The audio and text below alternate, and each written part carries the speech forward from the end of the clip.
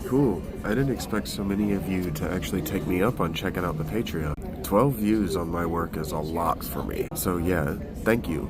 The stuff that's on there right now, especially the free stuff, it's there to challenge. But I just put my polished draft of episode 1 of The Last Sandcastle up there. I've been working on it pretty hard. I've gone 3 passes of edits with the AI, and ask me in the comments how I'm using AI, and I've been talking with Gemini about how you're using AI wrong, and you might be you might not be using it at all, which is a disservice to you.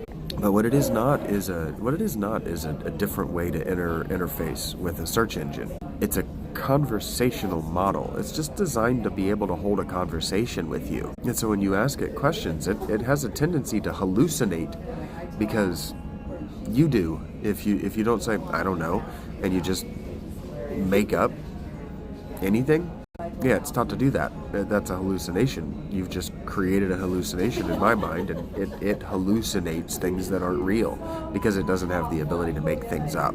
It just connects dots where there are no dots to be connected. Because AI is a statistical model. Model is the important word here. It's not a blueprint. And so anyway, all of these conversations and all of this meta-narrative that I'm talking to you here about, like this, all of this is going into The Last Sandcastle, because The Last Sandcastle is 550 years in the future. And so I'm going to have to explain things like augmented reality within the narrative construct of the book itself. I'm going to have to explain to you how augmented reality is going to go very, very wrong almost instantly.